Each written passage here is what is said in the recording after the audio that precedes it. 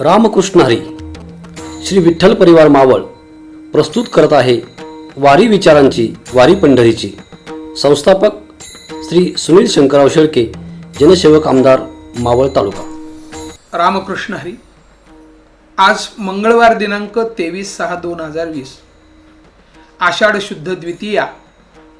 आज जगद्गुरु तुकाराम महाराज पालखीचा मुक्काम निमगाव केतकी या गावी होणार आहे आणि संत ज्ञानेश्वर महाराज पालखीचा मुक्काम फलटण या गावी होणार आहे. रामकृष्ण हरी.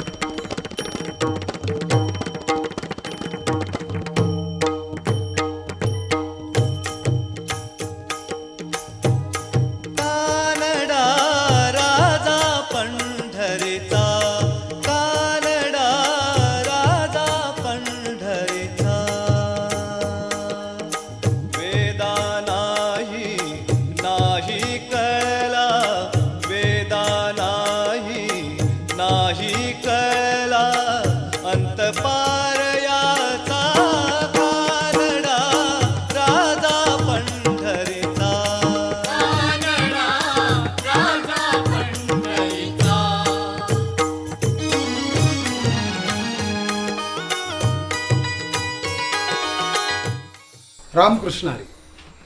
विठ्ठल परिवार मावळ संस्थापक अध्यक्ष लोकप्रिय जनसेवक आमदार सुनील अण्णा शेळके आयोजित वारी विचारांची वारी पंढरीची या कार्यक्रमात आज आपण ऐकणार आहोत आदरणीय सिद्धपेठ वारकरी शिक्षण संस्था अध्यक्ष हरिभक्तपरायण बाळासाहेब महाराज शेवाळे. ऐकत रहा, पाहत रहा वारी विचारांची वारी पंढरीची. रामकृष्ण हरी. पुंडलिका वरदा हरिविठ्ठल श्री ज्ञानदेव तुकाराम माऊली ज्ञानेश्वर महाराज की जय. जगद्गुरु तुकाराम महाराज की जय. सद्गुरु जयराम महाराज की जय. होईन भिकारी पंढरीचा वारकरी, हाची माझा नेम धर्ममुखी विठोबाचे नाम. हीच माझी उपासना लागे संताच्या चरणा, तुका म्हणे देवा हीच माझी भोळी सेवा. आत्ताचा जो असणारा प्रसंग अर्थात श्री संत ज्ञानेश्वर महाराज पालखी सोहळा प्रस्थान आळंदीतून झालेला आहे. पण आताच्या या परिस्थितीमध्ये कोरोना महामारीमुळे हा जो श्री संत ज्ञानेश्वर महाराजांचा पालखी सोहळा आहे, पंढरपूरला तर काही लाखो भाविकांना लाखो वारकऱ्यांना जाता येणार नाही. पण श्री विठ्ठल परिवार मावळ त्याचे संस्थापक आदरणीय श्री सुनील शंकरराव शेळके मावळचे आमदार यांच्या आयोजनातून वारी विचारांची आणि वारी पंढरीची या माध्यमातून आपण या अभंगाचं चिंतन पाहणार आहोत. जगद्गुरु तुकोबारायांच्या अभंग गाथ्यामध्ये 4092 अभंग आहेत. त्यापैकी बरेचसे अभंग पंढरीच्या वर्णनार्थ किंवा वारकरीच्या वर्णनार्थ किंवा वारीच्या वर्णनार्थ 3 मुद्दे आहेत: पंढरी, वारी आणि वारकरी. जगद्गुरु तुकोबारायांच्या जीवनामध्ये जसे जसे प्रसंग आले, जसा जसा काळ होत गेला, त्या काळानुसार त्या प्रसंगानुसार जगद्गुरु तुकोबारायांनी काही अभंग केले. तसा हा जो अभंग आहे, होईन भिकारी पंढरीचा वारकरी,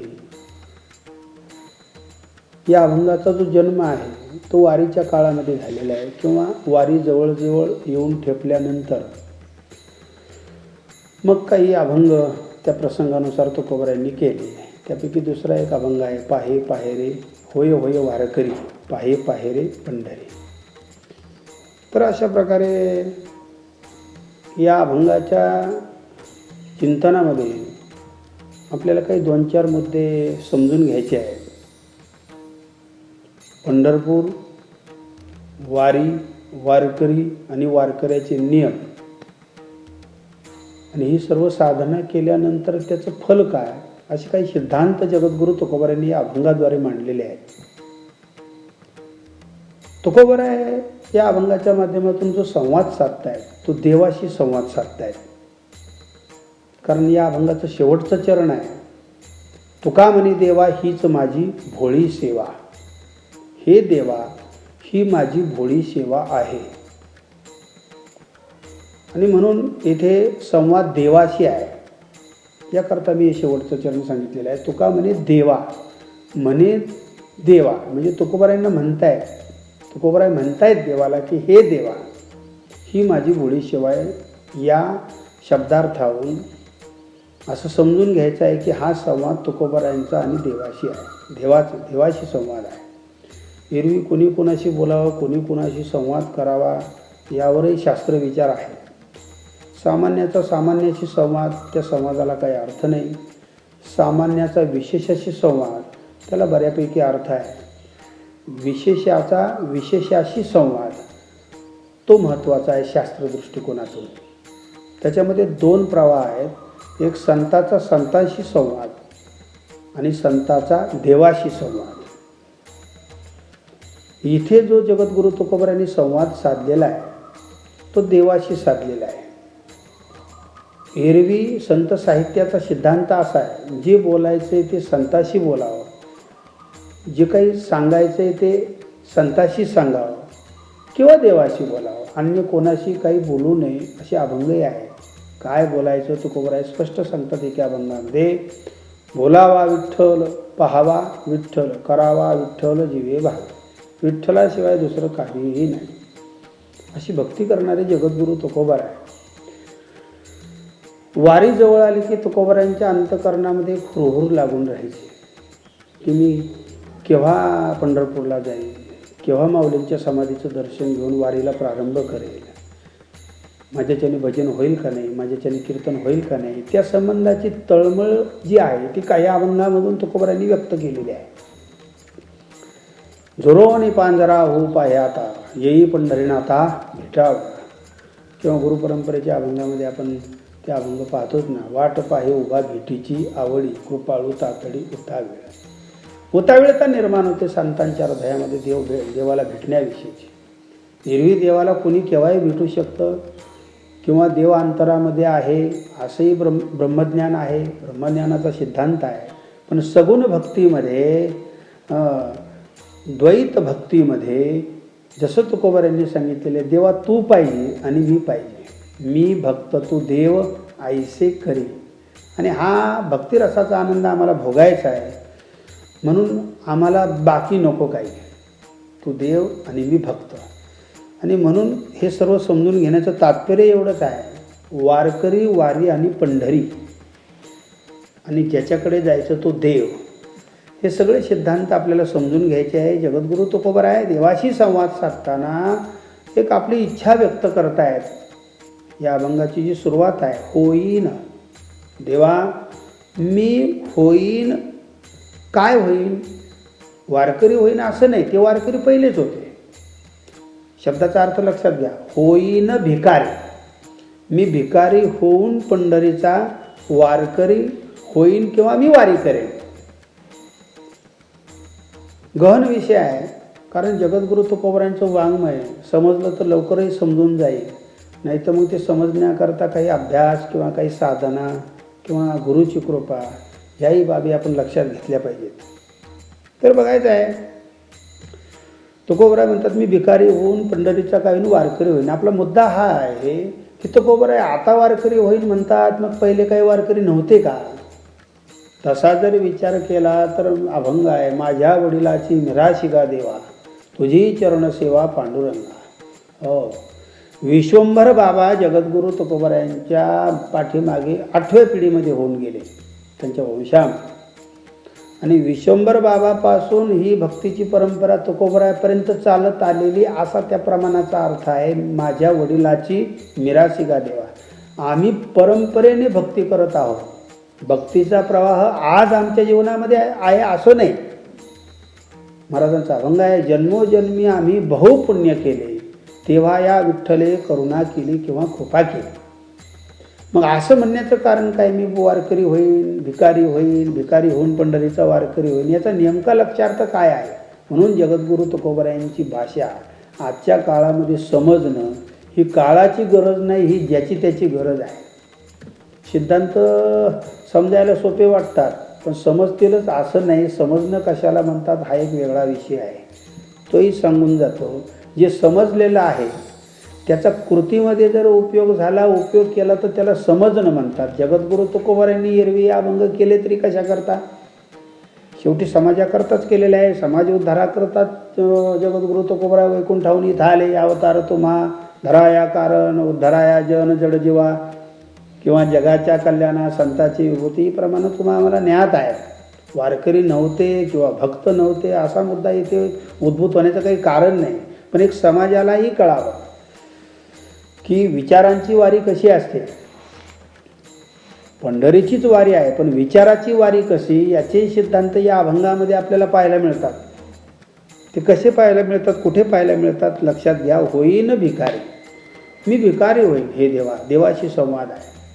मग लक्षार्थाने भिकारी होईन म्हणजे काय, वाच्यार्थाने जे भिकारी आहे त्याचा अर्थ बहुश्रुत आहे. जो रुपये 2 रुपये रस्त्यावर उभं राहून भीक मागतो त्याला काय म्हणतात, भिकारी म्हणतात.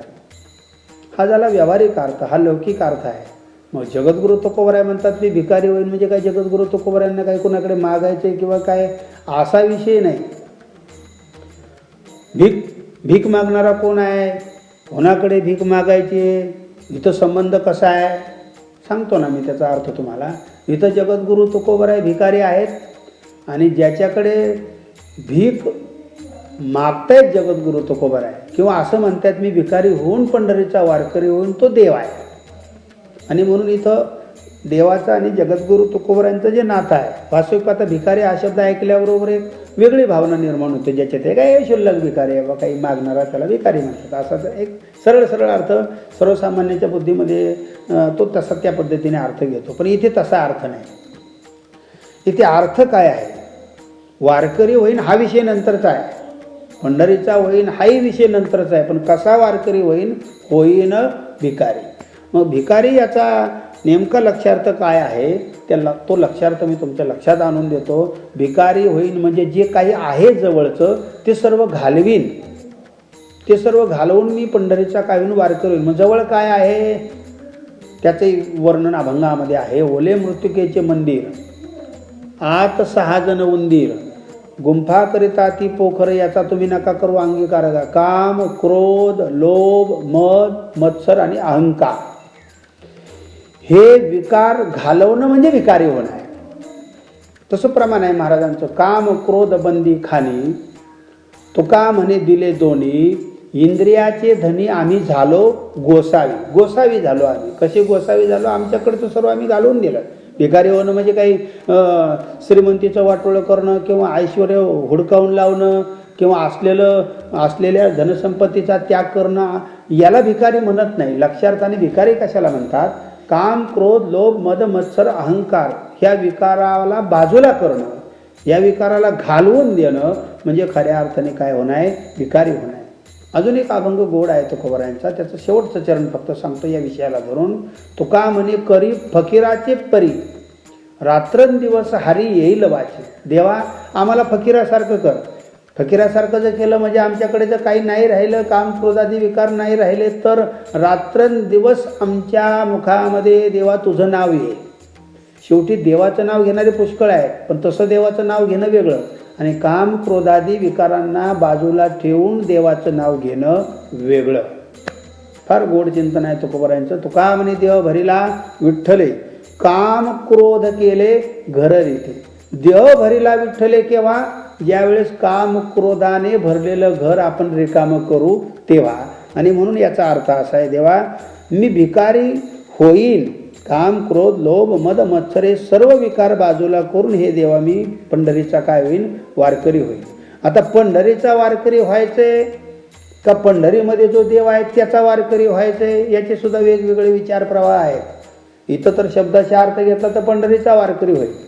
मी एक तुम्हाला सांगतो, संत साहित्याचा सिद्धांत असा आहे, पंढरीची ही विशेषता आहे आणि पंढरीमध्ये जो देव आहे त्याची सुद्धा विशेषता आहे. एरवी देव जर पंढरपूरला जर नसता तर बरं का, तर पंढरपूरचं तरी महात्म्य कसं लक्षात आलं असतं. पंढरपूर आणि देव, वारी आणि वारकरी हे सिद्धांत आपण समजून घेतोय. तर पंढरपूरचं महात्म्य आहे. अर्थात जो देव ज्या पंढरपूरमध्ये आहे त्या देवाचं महात्म्य समजून घ्यावं लागेल. ज्या क्षेत्रामध्ये तो देव आहे त्या क्षेत्राचं महात्म्य समजून घ्यावं लागेल. आणि ज्या पद्धतीने जायचं वारकरी होऊन भिकारी होऊन तो विषय समजून घ्यावा लागेल. असे बरेचसे मुद्दे आहेत. थोडक्यात आपण त्याचं चिंतन पाहू.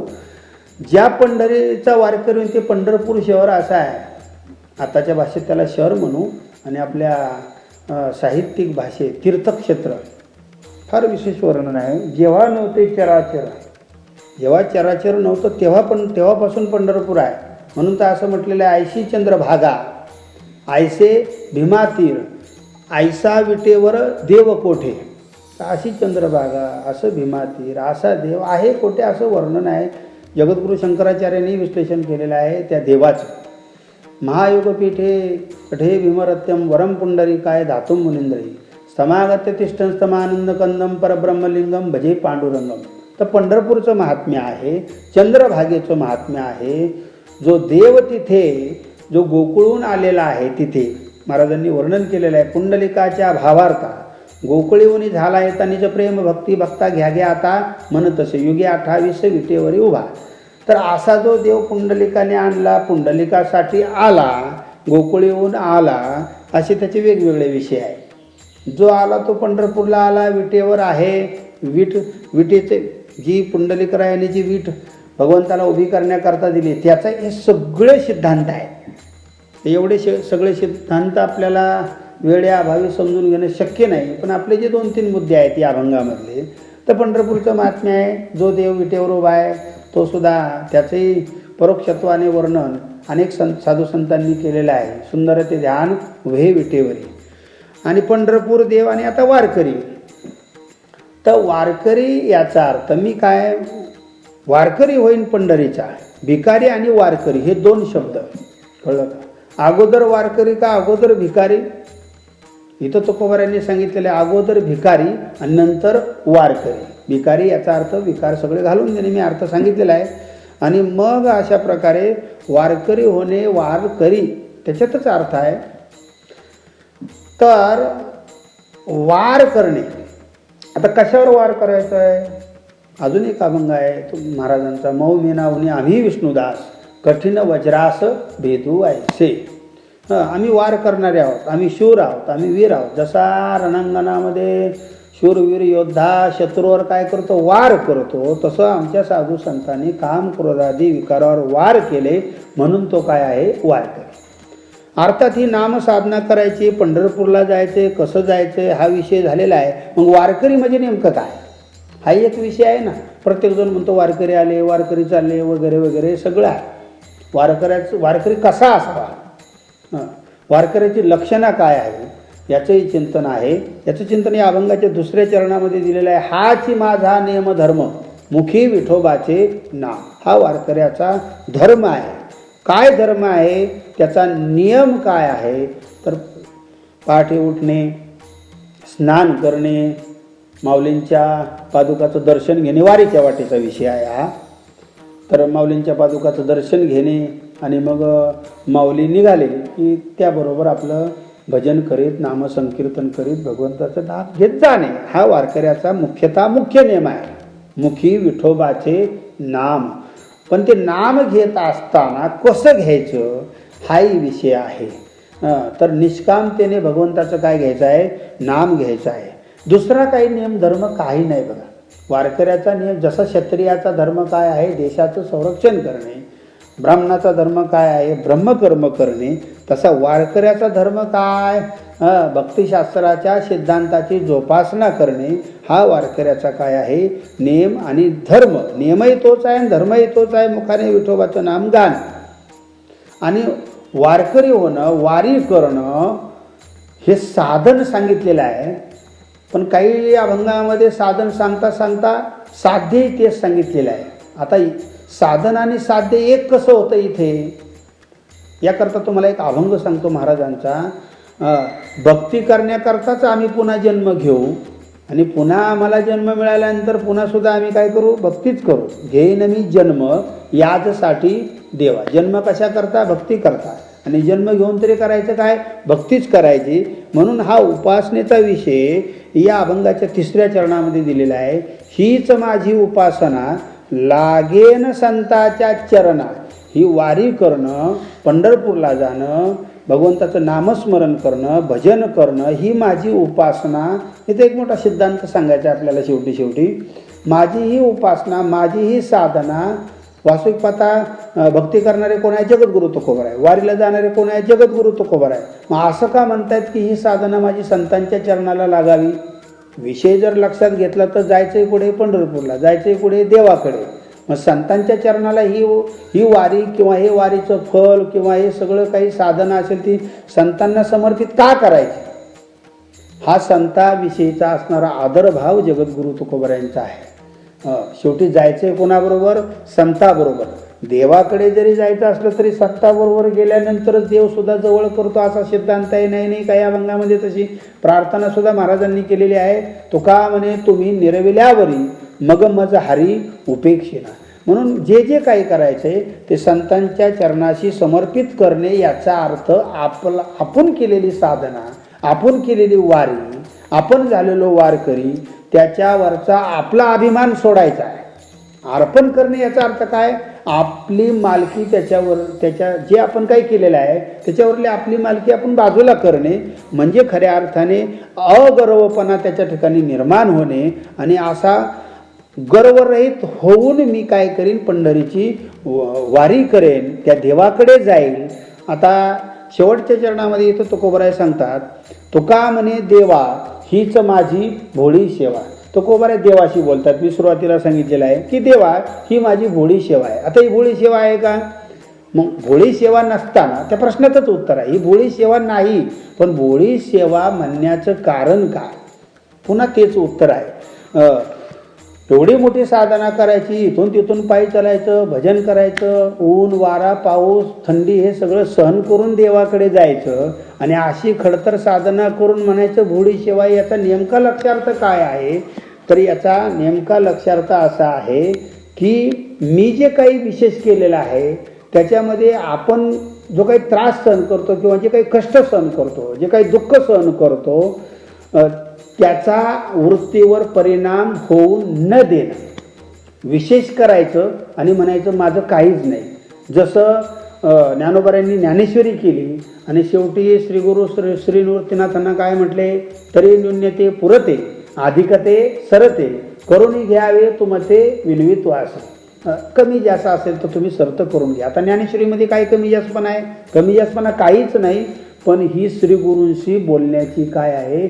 एक विनम्र भाषा आहे, हा विनम्र भाव आहे. अजून एक अभंग सांगतो तुम्हाला जगद्गुरु तुकोबारायांचा. बोलिली लेकुरे वेडी वाकुडी उत्तरे. माझं जे बोलणं आहे ते वेडं वाकडं आहे, बोबडं आहे. हे जगद्गुरु तुकोबाराय कोणाला बोलले? अभंगाचा शेवट काय? तुका म्हणे ज्ञानेश्वरा राखा पाया पैकी करा. बोलतायत कोणाशी? यावरून तो बोलण्याचा भाव, ते शब्द, तो शब्दार्थ आणि त्याच्यामध्ये असणारी विनम्रता ही आपल्याला पाहायला मिळते. तसंच जगद्गुरु तुकोबारायांचं सुद्धा इथे याच अनुषंगाने देवाशी बोलतायत. मी वारी करतो, देवाकडे जातो, भिकारी होऊन पंढरीचा वारकरी होईल. ही जी माझी सेवा आहे ती भोळी आहे. तुका म्हणे देवा हीच माझी भोळी सेवा. पण अशी ही सेवा, ही जी केलेली भक्ती आहे, हा जो केलेला परमार्थ आहे, हे जे केलेले नामस्मरण आहे, त्याच्याकरता केलेला काही त्याग आहे. शेवटी त्यागाशिवाय तर वारी नाही. त्या विरक्ती हा पाया आहे ज्ञानाचा. आणि म्हणून इथे तुकोबाराय सांगतात देवाला, तुका म्हणे देवा हीच माझी भोळी सेवा.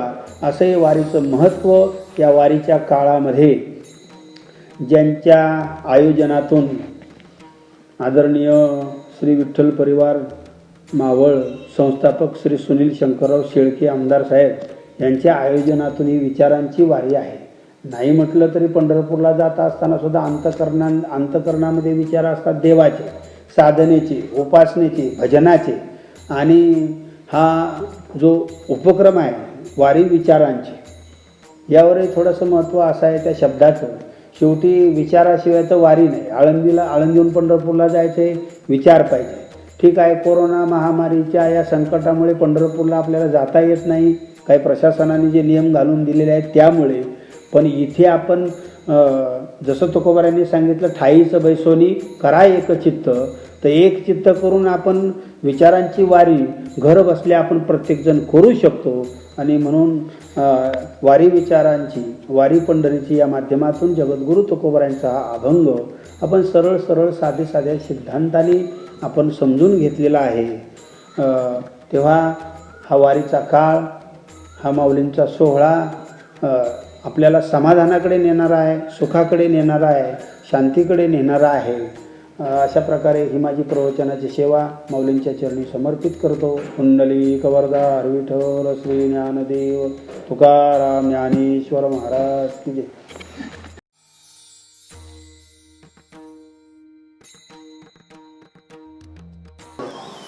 रामकृष्ण. 84 सिद्धांचा सिद्धभेटी मेळा, तो सुख सोहळा काय वर्णू, असं ह्या भूमीचं वर्णन केलं जातं. आणि ह्या भूमीचं एक महत्त्व म्हणजे 84 सिद्धाचा, इथं 84 सिद्ध असलेला हा मेळा आहे. आणि ह्या भूमीचं दुसरं एक महत्त्व म्हटलं तर इथं संत ज्ञानेश्वर महाराज यांचं जन्मभूमी, कर्मभूमी, लीलाभूमी. आणि अशा या भूमीमध्ये गुरुवर्य जयराम महाराज भोसले यांनी या सिद्धभेट या क्षेत्रामध्ये वारकरी शिक्षण संस्था स्थापन करून अनेक विद्यार्थ्यांना ज्ञानाचं अमृतपान केलं. आणि त्याच्यामुळं ह्या भूमीला थोडं जास्तच महत्त्व आलं. आणि जयराम बाबा म्हटलं तर ही आळंदी येथीलच भोसले पाटील घराण्यातील. आणि म्हणतो की संताचे हे जे अवतार असतं ते संताचे विचार, संताचे अवतार हे जगाच्या कल्याणासाठी असतं. आणि बाबाचा जन्म हा लोकांच्या हितासाठी, कल्याणासाठीच झाला. ही जी संस्था स्थापित केली, या संस्थेमध्ये विद्यार्थ्यांना फी नाही आणि शिकवणाऱ्यांना पगार नाही, अशी ही संस्था. आणि ह्या संस्थेचं जे आता गादीचं व्यासपीठ आहे, ते व्यासपीठ आता शेवाडे महाराज यांच्याकडे आहे. आणि त्यांच्याकडे आम्ही इथं शिकत असतो. तर आम्हाला सुद्धा इथं एकही रुपया फी न घेता फुकटमध्ये शिक्षण दिलं जातं. खाण्यापिण्याची सगळी सोय अशी ह्या संस्थेमध्ये व्यवस्था करून इथं ज्ञानाचं अमृतपान केलं जातं. आणि इथून लाखो विद्यार्थी घडले आणि पुढं सुद्धा घडत राहणार. असे हे संस्था जयराम बाबांनी या सिद्धभेट या स्थानामध्ये स्थापन करून विद्यार्थ्यांना खूप असं अनमोल एक ज्ञानाचं दान दिलं. पण ह्या वर्षी या कोरोनामुळे आपल्याला पंढरपूरपर्यंत जाता येत नाही. जरी आपल्याला त्या पंढरपुरापर्यंत जाता आलं नाही तरी आता आपण निर्गुण वारी करू. निर्गुण म्हणजे कशी, तर काया ही पंढरी आत्मा पांडुरंग या प्रकारची वारी करून आपण निर्गुण वारी करू. हे देहच हे पंढरी आणि ह्या देहामध्ये असलेला जो परमात्मा आहे, जो आत्मा आहे, तोच पांडुरंग. अशा प्रकारची वारी करून आपण ह्या वारीचा आनंद घेऊ. घरी बसूनच भजन करू आणि पांडुरंगाच्या चरणी विनंती करतो की समोर असं आम्हाला वारी घडू द्याव. आज ह्या कोरोनामुळे जरी नाही घडली परंतु समोर असे दिवस येऊ नये एवढीच पांडुरंगाच्या चरणी विनंती करतो. रामकृष्ण. वारी विचाराची, वारी पंढरीची माझ्या वतीने हार्दिक शुभेच्छा. आणि या कार्याला पाहून घेतलेले आमच्या किंवा मित्र अमोलजी खैरे, आमचे मित्र तुकारामजी कोष्टी, आमचे मित्र गणेशजी भुंडरे, दत्ता महाराज किंवा हा जो असणारा सर्व स्टॅफ, तेव्हा या सर्वांना धन्यवाद देतो. आणि असाच कार्यक्रम उत्तरोत्तर यांच्या हातून घडावा, आमदार साहेबांच्या हातून घडावा प्रार्थना करतो. ज्या स्थानामध्ये आपण हे बोलत आहोत ते स्थान अतिशय पवित्र आहे. 84 सिद्धाचा आपल्या भेटी मिळाल. निश्चितच हा कार्यक्रम यशस्वी होणारच, याबद्दल काही शंका नाही. श्रीकृष्ण अर्पणमस्तु. यावर्षी कोरोनाच्या अतिसंकटामुळे पंढरपूर वारी रद्द होत आहे. ही वारकऱ्याच्या जीवनाला फार मोठं दुःख होत आहे. या दुःखातून 15 दिवस येणे जाणे, एकूण 32 दिवसाचा प्रवास, पायी प्रवास यावर्षी रद्द होत आहे. माळकरी वारकऱ्याला फार दुःख होत आहे, कारण वारकऱ्याची वारी कधी चुकत नसते. संत नामदेव महाराज म्हणतात, पंढरीचा वारकरी वारी चुकवून येते हारी. तुकाराम महाराज म्हणतात, संपदा सोहळा नावडे मनाला लागला टकाला पंढरीचा. याप्रमाणे यावर्षी या कोरोनाच्या संकटामुळे सर्व वारकरी पंढरपूरच्या वारीला मुकत आहेत की काय असं वाटते. परंतु मावळ श्री विठ्ठल मावळ परिवार मंच यांच्या वतीने आपल्या सर्वांना या वारीचा आनंद, वारीचे सुख घर बसल्या मिळणार आहे. नामदेव काशीनाथ काळोखे, देहू, तालुका हवेली, जिल्हा पुणे. रामकृष्ण हरी. आपण सर्वजण सोशल मीडियाद्वारे वारी विचारांची, वारी पंढरीची हा कार्यक्रम घरी बसल्या श्रवण करत आहोत. हा कार्यक्रम श्रवण करतानाच आपल्या सर्वांचा भाग गेला, सीन गेला, अवघा झाला आनंद या संतप्रमाणे तुमच्या सर्वांना निश्चितच आनंद होत असेल. तर पुन्हा एकदा उद्याच्या भागात भेटूया वारी विचारांची, वारी पंढरीची या नव्या भागात. रामकृष्ण हरी.